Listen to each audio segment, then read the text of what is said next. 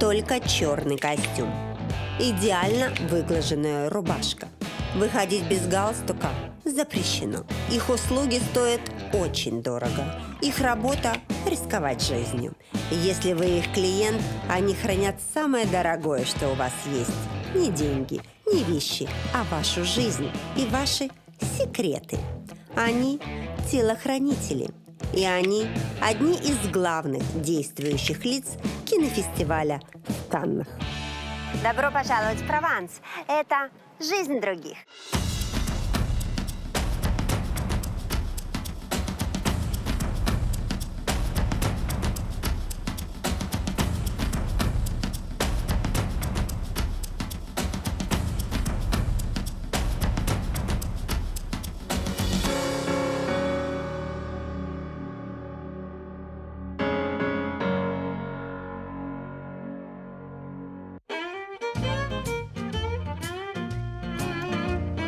Прованс – это регион Франции, куда каждый год приезжают тысячи молодых девушек, чтобы сделать фотографию в лавандовом поле для социальных сетей. Но лавандовые поля цветут всего лишь 2 месяца в году. А что все остальное время происходит в прованских домиках? Как ведут себя звезды во время Каннского фестиваля? И вообще, какая она тут, жизнь других? Давайте же сегодня все это и узнаем. Если бы я родилась в Провансе, то, конечно же, как Доминик Расс, поселилась бы со своим мужем в самом настоящем прованском домике. Вставала бы под крики петухов и готовила фантастические вкусные завтраки из экологически чистых продуктов. Или как генеральный директор 5-звездочного отеля Ян Желе ухаживала бы за одиноким Брэдом Питтом, когда тот приезжает на Каннский фестиваль. Должен же ему кто-то составить компанию в роскошном люксе. А прожив прекрасную жизнь на Лазурном побережье, как Клод Галера, я бы отказалась выходить на пенсию и держала бы свой ресторан. Больше даже не для того, чтобы получать прибыль, а бесконечно петь караоке и учить жизни молодых посетителей. Но в какой бы семье я ни родилась, какой бы у нас ни был достаток или жизненные принципы, я знаю точно. Ели бы мы только местную прованскую кухню. Когда ты живешь в Провансе, ешь только местную кухню, ведь она прекрасна. Основа нашего рациона – это рыба, самые свежие морепродукты, много овощей и оливкового масла. Здесь самая вкусная кухня на свете. К тому же в каждом городе есть свои коронные блюда. Например, в Ницце я обожаю саку и писсаладьер. Сака – это нутовая лепешка, похожая на большой блин. А писсаладьер – это сытный и полезный пирог с соленой рыбой. Пальчики оближешь. Я готовлю по рецептам своей бабушки. Чтобы сделать любое блюдо прованским, нужны свежие продукты и сложные соусы из оливкового масла, томатов, базилика или чеснока. Но самое известное блюдо Прованса – это суп буябес.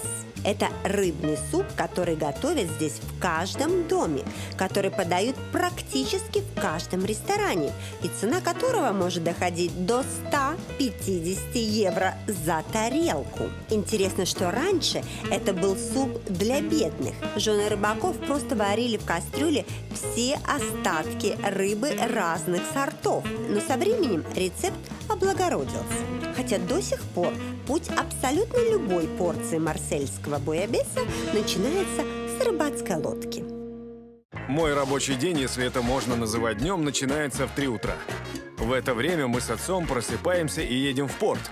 Затем выходим на лодке в море. В 7 утра мы возвращаемся на берег. Здесь нас ждет моя мать. Мы помогаем ей разобрать и разделать рыбу, и все вместе продаем наш товар. Где-то в 12:30 мой рабочий день заканчивается. А ложусь я спать как ребенок в 8 вечера. В 9 по праздникам мы работаем без выходных. К часу дня рыбный рынок в Марселе закрывается. И к этому времени прилавки практически всегда пустые. Рыбу покупают и большие рестораны, и супермаркеты, и местные жители. И большинство из них для буябеса. Для традиционного буябеса нужно минимум 5 видов рыбы. Скорпена, морской петух, сен-пьер или солнечник, полосатая барабуля и морской дракон. Если вы купите рыбу у меня и приготовите суп сами дома, цена за одну порцию будет около 10 евро. если бы я родилась в Марселе, то я бы, конечно, умела бы готовить суп буябес. Готовила бы его мужу каждый день. Хотя нет, наверное, по выходным. А лучше по праздникам. Тратила бы на это 10 евро и 1,5 часа своего времени. А в ресторанах этот суп, кстати, стоит до 80 евро. Ну, представляете? Хочу сейчас пойти в ресторан и узнать, что это за грабеж средь бела дня. О супе и его цене я узнаю, конечно же, у повара одного из марсельских ресторанов. Не у бармена же мне спрашивать. Так, Саид, скажи мне, значит, ты сейчас что, будешь делать суп? Да, вначале я беру и кладу в кастрюлю всю рыбу. Она очень свежая. Добавляю заранее приготовленную картошку. Это картошка такая, да? Да, это уже сваренная картошка. И тогда несу все это туда. У меня здесь, скажем так, бульон. А, то есть у тебя уже готовый бульон, и ты заливаешь просто несколько сортов рыбы заливаются. Ничего себе, так. Такой суп для супа мы варим каждое утро. Берем точно такую же рыбу и вывариваем ее в местных прованских специях несколько часов. Затем заливаем этим супом свежую рыбу и вареный картофель. И варим опять. Объясни мне, Саид, почему этот суп такой дорогой? Он у вас стоит 55 евро в ресторане. Я знаю, что он где-то еще стоит дороже. То есть, ну, что в нем такого? Потому что, во-первых, здесь используется самая свежая рыба, и она сама по себе дорогая. А во-вторых, мы готовим буябес по рецепту, которому больше 55 лет. Он передавался из поколения в поколение, и лучше его нет во всем Провансе. Так что нужно еще заплатить, скажем так, за авторские права нашим предшественникам. А скажи мне, вот местные жители часто могут заказать себе такое дорогое блюдо? Ну, потому что 55 евро за супчик, это как-то дорого. Или это все-таки туристы больше приезжают и покупают такое блюдо? Нет, именно в нашем ресторане практически нет туристов. Сюда приходят французы, местные жители для долгого и вкусного ужина. Я не скажу, что суп за 55 евро для нас это недорого, но его себе позволить может практически каждый. Да, первый мой вывод о Провансе такой. Люди здесь живут неплохо, раз могут позволить себе такие дорогие блюда. Да, боже, во-первых, это очень красиво. Я не знаю, вкусно ли это, но это очень красиво. Я часто хожу в рестораны, хотя и моя жена и умеет готовить. Но ресторан – это не просто поесть. Здесь можно провести приятный вечер, решить деловую сделку, просто отдохнуть. Поэтому стараемся выходить хотя бы 2-3 раза в неделю. Ну вот, пришла в ресторан. Закуски тут 17-19 евро, устрицы 18 евро, 6 штук, горячие блюда 26 евро. Но самое дорогое блюдо тут стоит 55 евро. И это суп. Это заставило меня задуматься, сколько же зарабатывают французы из Прованса. Но вот одна проблема.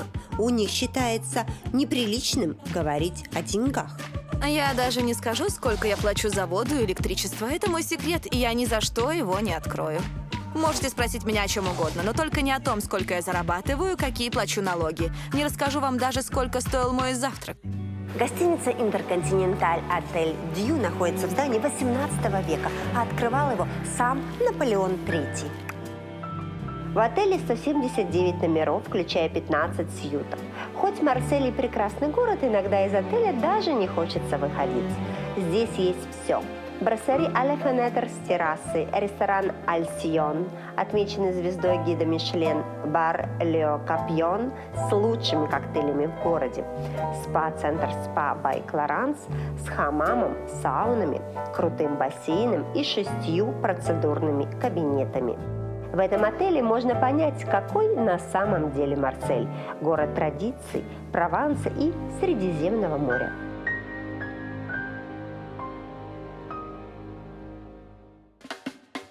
Тем не менее, официальная минимальная зарплата в регионе – это 1500 евро до оплаты налогов.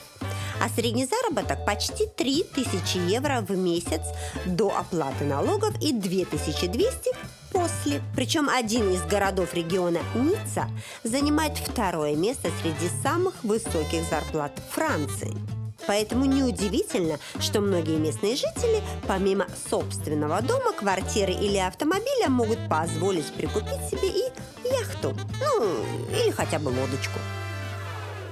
В море выходят не только богачи, но и обычные жители Марселя.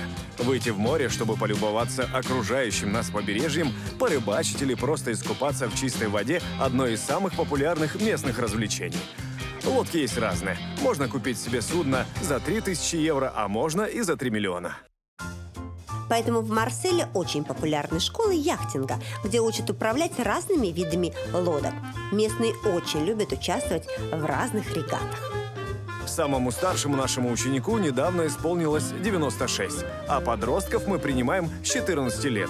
Раньше нельзя. Для яхтинга нужна определенная физическая форма и выносливость.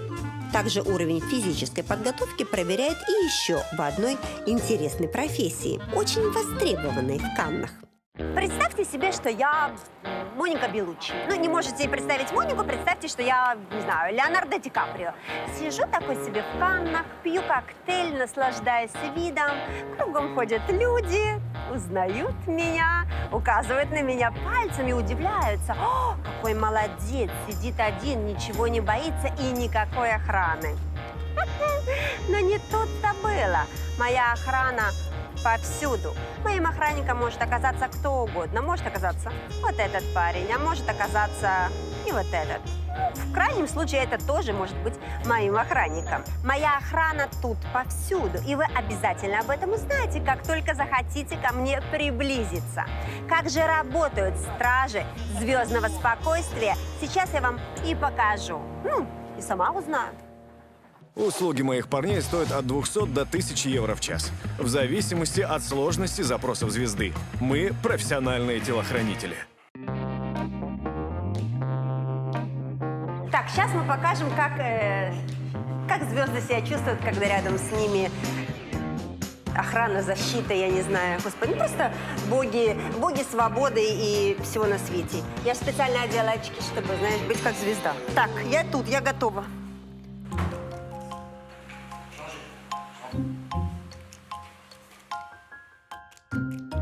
Ну вот, сказали, можно выходить, вот они выходят, все машут, мажут и идут.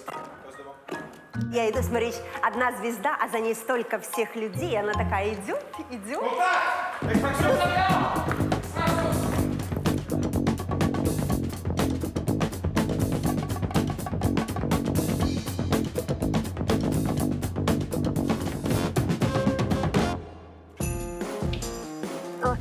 Ой, Катя, ой, ну вот, видали?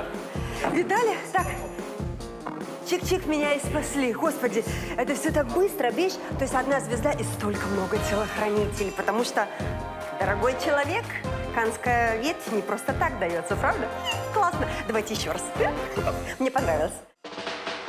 Ладно, повторяла бы и повторяла бы, но я же не за этим здесь. У меня огромное количество вопросов, поэтому я лучше сделаю с телохранителем то, чего не делала ни одна голливудская звезда. Я возьму у него интервью. Вот скажи мне, пожалуйста, конечно, все это произошло очень быстро.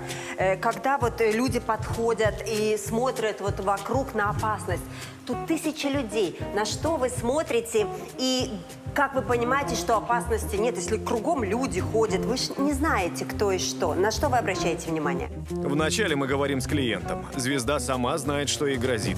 Помимо конкретных угроз маньяков, преследователей или бывших мужей, мы также контролируем поведение людей вокруг, чтобы вовремя среагировать на неадекватных фанатов. Скажи, пожалуйста, вы со звездами репетируете, вы объясняете, как им надо себя вести. Потому что вот мне сказали, тут не выходи, тут выходи, тут дверь открывается сначала так, ты сидишь, только когда открывается так, ты выходишь. То есть звезды тоже проходят именно какой-то инструктаж, как им себя вести, когда рядом охрана, да? У звезд жизнь нелегкая. Обычно они сами знают, что делать, и привыкли к охране. Но если человеку грозит реальная опасность, мы проводим дополнительный инструктаж и можем даже репетировать. А как вообще стать телохранителем? Для этого надо что-то заканчивать или нужно просто быть сильным парнем? Или все-таки вы как-то берете людей, которые как-то мыслят по-другому? Первый документ, который подписывает телохранитель, о том, что он понимает риски этой профессии, не боится рисковать здоровьем и даже жизнью. Поэтому первое качество, нужное в профессии, это смелость. Также должна быть хорошая физическая форма. Все телохранители обучаются на специальных курсах, должны владеть боевыми искусствами и оружием. Я работаю телохранителем уже больше 20 лет. И могу сказать, что Каннский фестиваль и подобные мероприятия – это очень спокойные рабочие дни. В свое время я работал с политиками в Венгрии, и многие мои коллеги были ранены на моих глазах.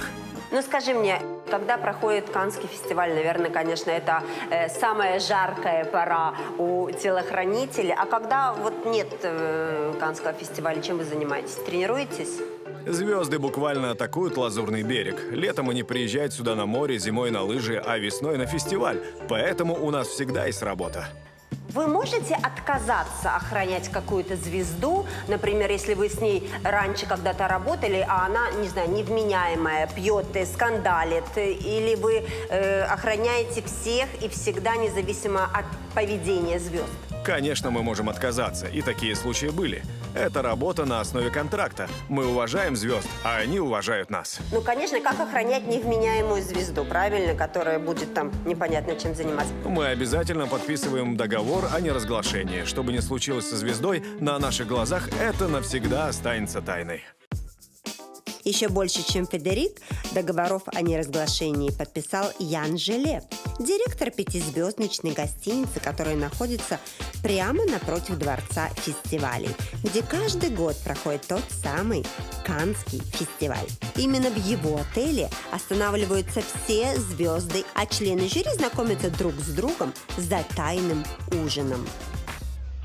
Французы имеют свои капризы, типа круассан на завтрак или обед в строго определенное время. Но есть люди, чьи капризы гораздо интереснее. Это мировые звезды, которые приезжают в Канны не только на фестиваль, но и круглый год. Как с их капризами справляются простые работники гостиниц. Сейчас мы это все и узнаем. А узнаем мы прямо из номера гостиницы, в котором останавливаются все звезды.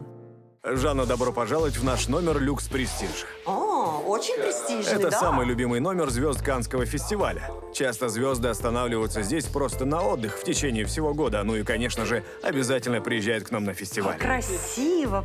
А, тут еще вот. А, это спальня. Дизайн этого номера эксклюзивно был создан известным французским дизайнером. Все очень светлое, много простора. Супер. Здесь ванная. Ага. Ну, понятно, гардеробная, ну, да, все, как я люблю. Ага, еще одна комната. Ой, тут, слушай, столько комнат. Там проснулся, здесь выпил шампанское, здесь, что, перевернулся? А, нет, здесь позавтракал. О, ну, потрясающий вид. Ну, ты мне скажи, такой номер вообще дорого стоит? Цена зависит от сезона. Например, стоимость этого люкса в обычные зимние дни – 3000 евро за ночь. А во время Каннского фестиваля – 15 000 евро за одну ночь. Скажи мне хоть несколько имен, кто вот здесь, вот в этом номере жил? Ну, вот скажи, Ди Каприо жил? В любое другое время здесь может поселиться кто угодно, было бы желание и возможность. Но во время фестиваля, конечно, этот номер в основном занимают звезды кино. Был здесь и ваш любимый Леонардо Ди Каприо, останавливалась Джулиан Мур, здесь жил Брэд Питт. Из русских звезд могу вспомнить режиссера Андрея Звягинцева. А скажи мне, пожалуйста, когда звезда приезжает, сколько с ней еще человек приезжает? Я не знаю, охраны, там, костюмеров, директоров, администраторов. То есть есть еще какая-то свита с ней? Это зависит от звезды, ее привычек, даже возраста. Есть такие, которые приезжают целая свита, и их сопровождают не только агенты, гримеры, телохранители, но и родственники, друзья. А есть звезды, которые всегда в одиночестве. Например, Брэд Питт каждый раз приезжал к нам один, тихо и скромно. Все сейчас слышали, что Брэд Питт приезжает один. Сейчас, надеюсь, так все раз с дивана повскакивали, а ехать нельзя никуда. Именно в нашем отеле в первый день фестиваля проходит секретный ужин всех членов жюри. Никто из гостей не знает, какое меню их ждет, и мы готовим множество сюрпризов. Например, каждый год мы создаем специальную посуду. Когда председателем жюри был Стивен Спилберг, тарелки и чашки были расписаны кадрами из его фильма «Челюсти». После ужина члены жюри выходят на набережную Круазет, где их ждут поклонники и фотографы. После этого считается, что фестиваль официально открыт. Абсолютно все блюда для жюри Каннского фестиваля из прованской кухни и приготовлены на местных продуктах. Ресторан сотрудничает с несколькими фермами Прованса. Оливковое масло закупается в монастыре недалеко от Канн.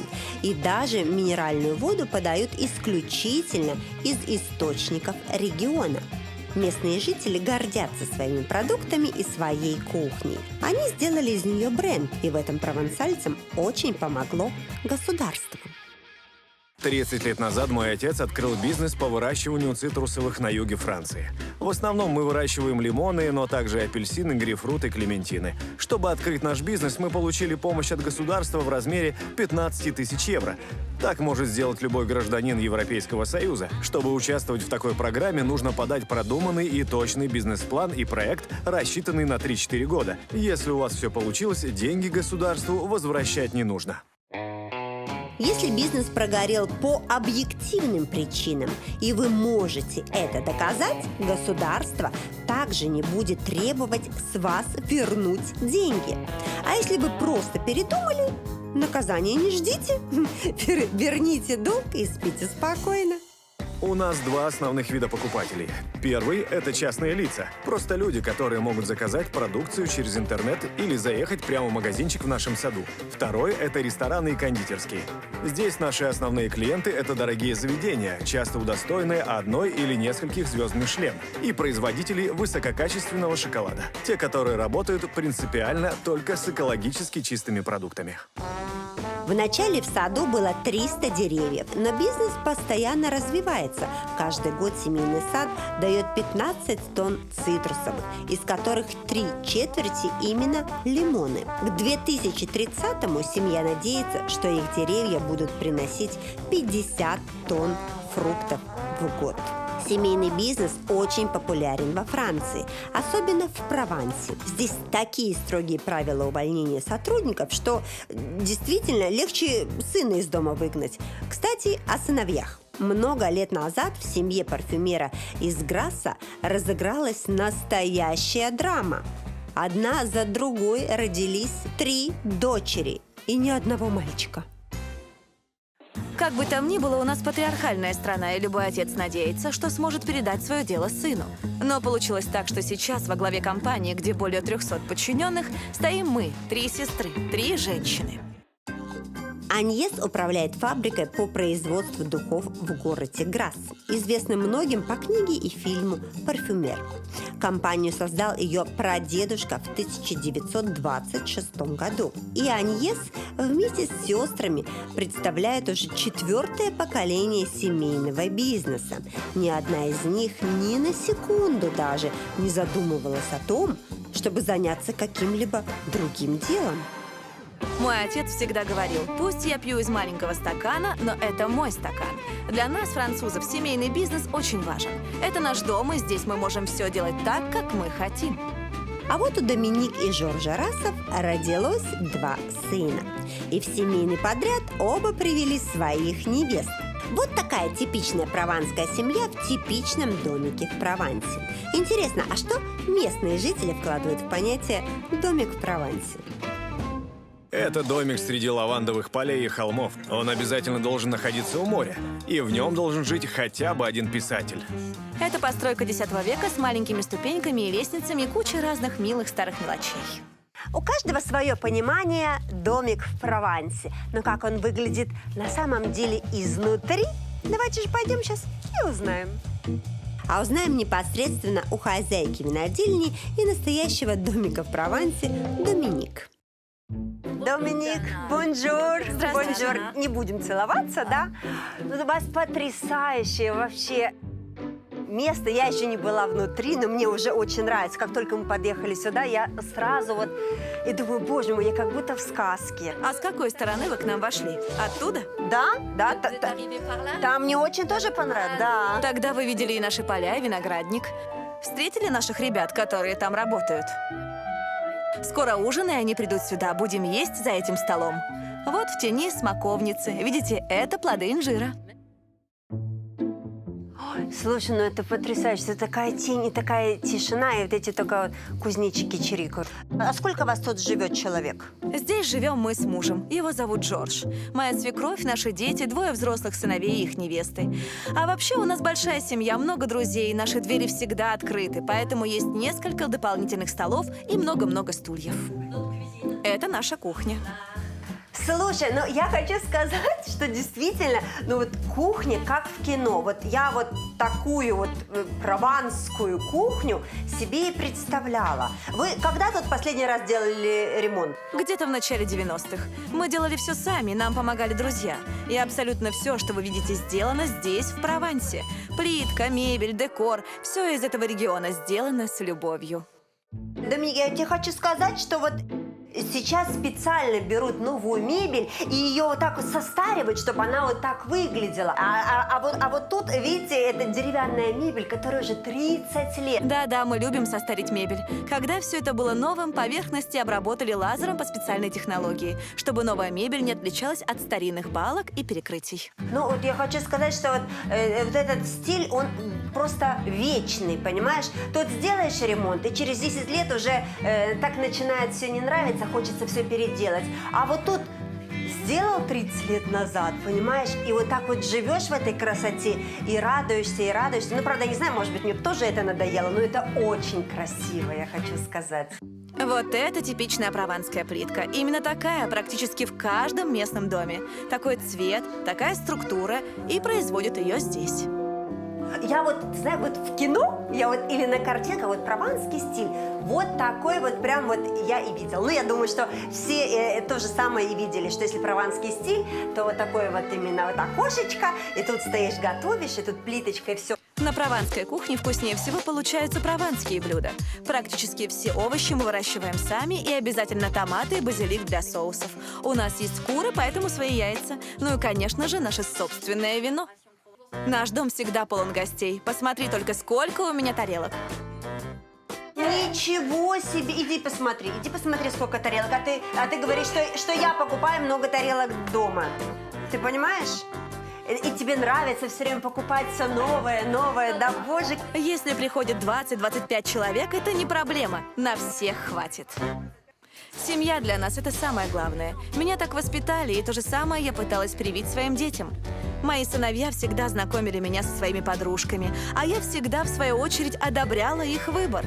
Может, они и не поженятся, зато какое-то время нам всем будет весело. Это столовая, здесь мы проводим зимние обеды и ужины. Все сделали сами, так как нам нравилось. Так, как было у наших мам и у наших бабушек. А как вы отапливаете помещение? Я вижу, что у вас нет кондиционера. То есть я понимаю, что у вас много открытого пространства, но тем не менее в холодное время. Мы не отапливаем. Мы специально сделали окна на южную сторону, поэтому в зимний день солнце согревает даже самые дальние уголки. А сколько у вас градусов дома зимой? 18 градусов минимум. Меньше не бывает. А вообще, сколько метров вообще у вас вот тут дом? Ой, ну кто там измеряет? Я не знаю, 200, наверное.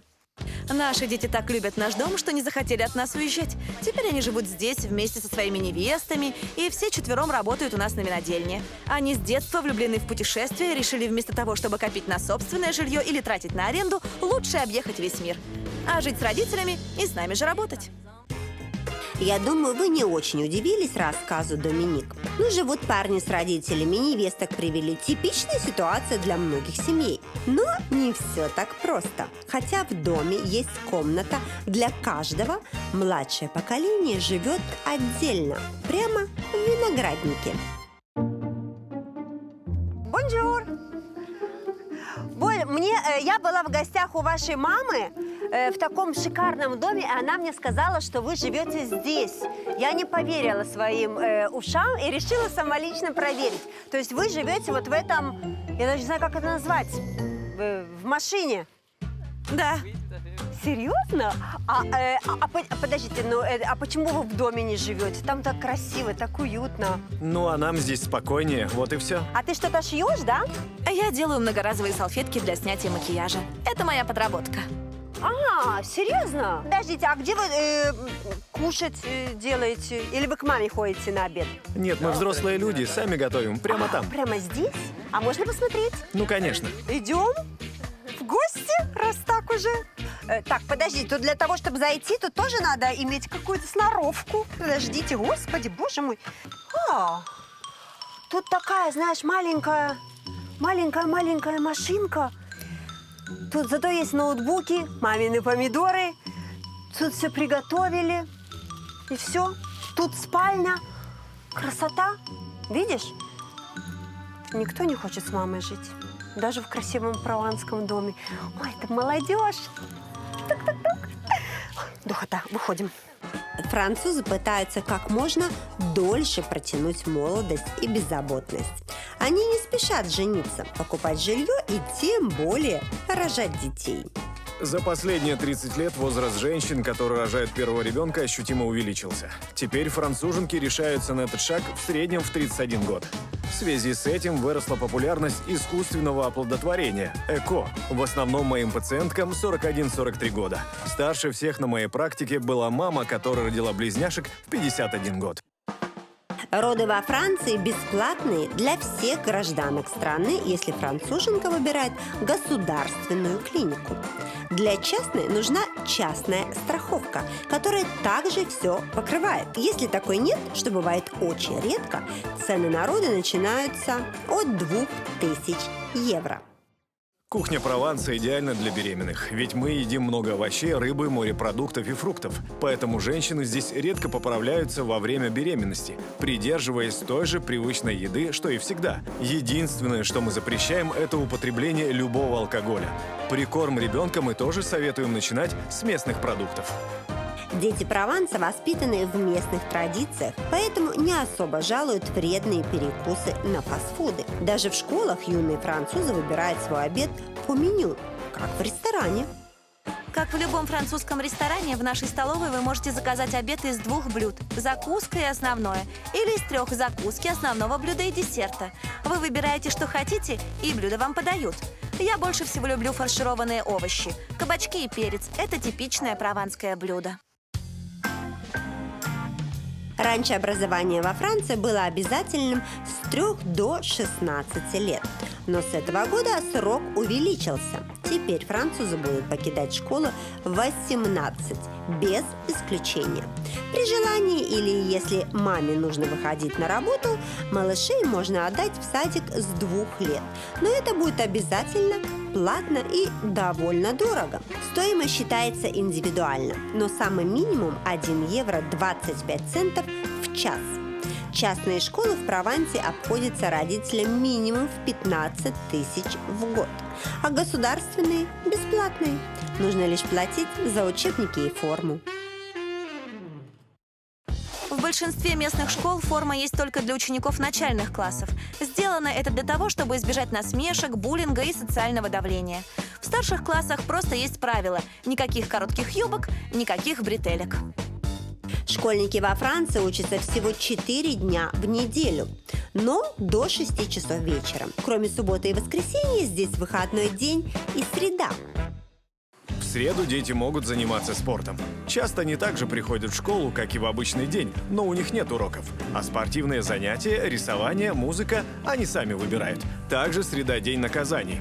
За нарушение дисциплины или, например, списывание, школьники обязаны прийти в среду и просто молча сидеть в классе. Разрешается только делать уроки или читать учебники.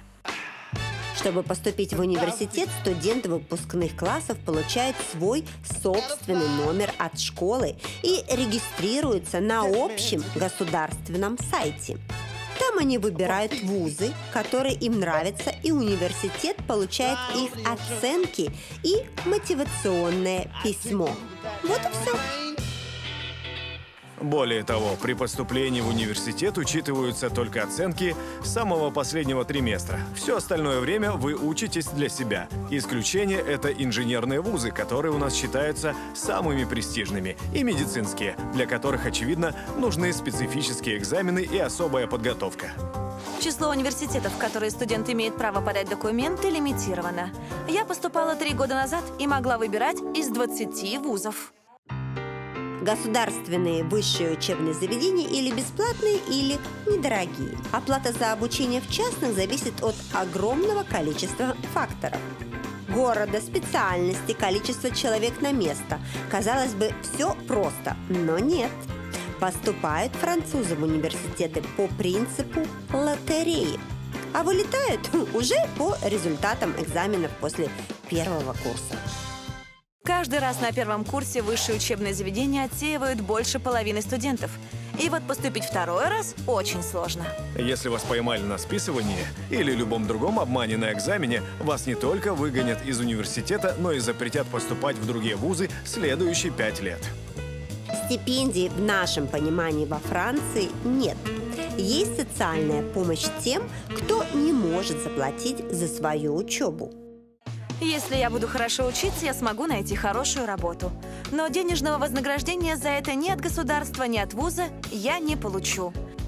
У нас помогают только тем, кто не может оплатить свою учебу самостоятельно, как вид социальной помощи. Хотя на последних курсах все может измениться. Студенты проходят стажировки по своей специальности, и если учащийся понравился работодателю, тот может взять на себя оплату последних лет учебы, обычно самых дорогих, а студент за это сразу подписывает рабочий контракт на несколько лет.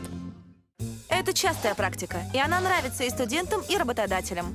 Фирма сразу готовит себе специалистов по своему вкусу, а студент после окончания вуза выходит и с дипломом, и с работой. Ведь самое страшное для современной молодежи – это много лет вложить в учебу, получить дорогое образование, а потом остаться безработным.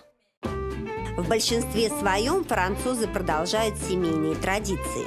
В семье врачей, скорее всего, дети пойдут на медицинский, а у бизнесмена на экономический. Серж учился на мыловара. Да-да, есть и такая профессия, а в Марселе она очень востребованная.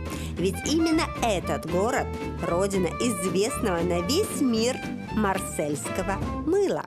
Наше мыло начали производить в начале 12 века, используя для него местное оливковое масло. В 1688 году королевским указом был подписан рецепт, который используется до сих пор. Под страхом ареста нельзя было использовать никакие животные ингредиенты. Поэтому сейчас марсельское мыло переживает второе рождение, так как его просто обожают вегетарианцы и молодежь, которая борется за права животных. Многие женщины пользуются хозяйственным мылом. Даже если сами не пользуются, то их мамы пользовались, бабушки пользовались. Правильно ведь? Но самое интересное, мало кто знает, что это мыло хозяйственное, было придумано именно здесь, в Марселе, почти 600 лет назад. Представляете? И сегодня до сих пор производство это очень популярно. И оно делает в каких-то огромных количествах. Зачем французам столько хозяйственного мыла? Идем узнаем. Все это узнаем у одного из самых известных мыловаров Прованса. Все тайны его, не побоюсь этого слова, скользкого бизнеса. Боже, вы не понимаете, я такого еще не видела. Тут, знаешь, тут мыло везде. И ты можешь, знаешь, просто учиться кататься на коньках, знаешь.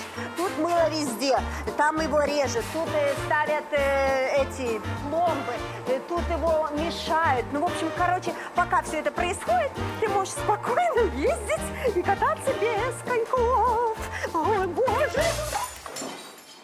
Итак, я встала, гордо выплюнула мыло и пошла дальше. О, и тут еще продолжение. Боже, тут хоть немножко попрохладней. Вот тут так тихо. Тут уже не так скользко, слава богу. Ой, видишь, что тут мыло мешают? Так все интересно, как будто, знаешь, какие-то древние времена попало. Тут его тоже заливают. И запах мыла такой, чистоты. Вы знаешь, вот такая чистота кругом.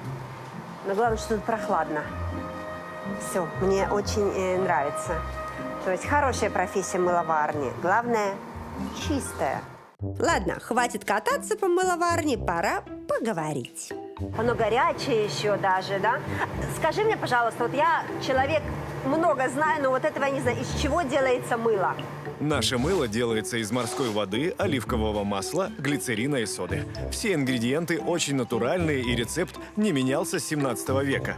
Разве что теперь мы часто добавляем разные масла, например, лавандовое или миндальное, или мед. А сколько ты в день делаешь, не знаю, таких длинных колбасок мыла? Или сколько? Килограммы? Как вот вы вычисляете в день? Сколько ты должен сделать вот таких кубиков? Мы делаем 300 килограммов мыла в день. 300 килограмм в день? И все это раскупают, потому что марсельским мылом пользуются практически все французы. Марсельским мылом пользуюсь я, моя жена, мои друзья. Это не миф. Мы его очень ценим и всегда покупаем. Я мою руки марсельским мылом. Оно универсально. Марсельское мыло прекрасно для кожи, но при этом отстирает любое пятно с вашей одежды. О, так вот, посмотрите. Видно? Вот так, 72% экстра пор. На секундочку. И вот эти все знаки, это говорит о том, что в Марселе сделано это мыло. Жак, класс. Поговаривают, что технологи Советского Союза буквально украли рецепт марсельского мыла, чтобы создать хозяйственное. Хотя по ГОСТу в хозяйственном животные жиры использовались. Ну, украли или не украли, а вот в самом Марселе ограбить могут каждого. Говорят, в Марселе по вечерам нельзя расслабляться. Нужно все время следить за своей сумочкой, за карманами и даже за купленной едой, потому что у тебя могут украсть не только телефон или деньги, а могут украсть просто еду. Вот так вот идешь, вот так, и ушел, а я за еду. В Марселе настолько частые кражи и грабежи, что даже страхование машины или жизни здесь стоит дороже, чем в самом дорогом городе Франции Париже. Высокий уровень криминала в Марселе – общеизвестный факт. Поэтому местные пенсионеры предпочитают переехать подальше от города, ближе к морю или лавандовым полям. Например, Клод Галера живет в Ницце, продолжает руководить своим рестораном, занимается боевыми искусствами и каждый вечер поет в караоке. Мы с вами встретились в одной гамме, так сказать, как будто ждали друг друга. Мне интересно, во сколько лет выходят тут люди на пенсию? Во Франции можно выходить на пенсию с 62 лет. Но лично я пока никуда не собираюсь. Мне 68, и я продолжаю работать. Хотя я продолжаю работать, я получаю свою пенсию. Здесь минимальная выплата – это 900 евро. Средняя пенсия около 1500-1800. Ну и может доходить до 5000. Смешно то, что я получаю пенсию и одновременно продолжаю платить пенсионный налог со своего нынешнего дохода. Мне кажется, тут такие пенсионеры активные, что, понимаешь, что нет разницы между людьми 30-40 лет и 70, потому что, у вас столько энергии, откуда она у вас? Откуда у вас эти силы, чтобы быть таким энергичным? Даже я более уставшая, чем вы. Здоровье начинается с головы. Если вы спокойны, уравновешены, любознательны, вы навсегда останетесь молодым. Здесь, на юге Франции, мы очень правильно питаемся. Прованская кухня – одна из самых здоровых и полезных в мире. Мы не пьем тяжелый алкоголь, разве что пару бокалов вина. Мы поддерживаем себя в хорошей физической форме, то есть мы всю жизнь заботимся о своем теле, своем здоровье, чтобы на пенсии успокоиться и насладиться результатом. Вот, это золотые слова. К пенсии нужно готовиться. С молоду, так сказать, знаешь. Молодежь. Так что готовимся все к пенсии, любим себя и бережем свое здоровье. Правильно? Почему вы скучаете больше всего из молодости? Я ни о чем не жалею и вам не советую. Я не живу прошлым, я живу настоящим. И стараюсь насладиться каждой минутой, каждой секундой. Главное в жизни – чувствовать себя нужным, помогать людям, заботиться об окружающих, общаться. И не бояться пробовать новое. Я не жалею ни о чем, что сделал, ни о чем, что испытал. А мог бы жалеть, если бы не использовал каждый день своей жизни на полную. На Лазурном берегу рядом друг с другом спокойно живут мир гламура и тихий семейный уют. Местные жители искренне жалеют звезд за то, что из-за своей популярности они не могут насладиться самым лучшим, что есть в Провансе – безмятежностью, медленным ритмом и семейным уютом. Всем тем, что делает жизнь на Лазурном берегу похожей на картину французского импрессиониста.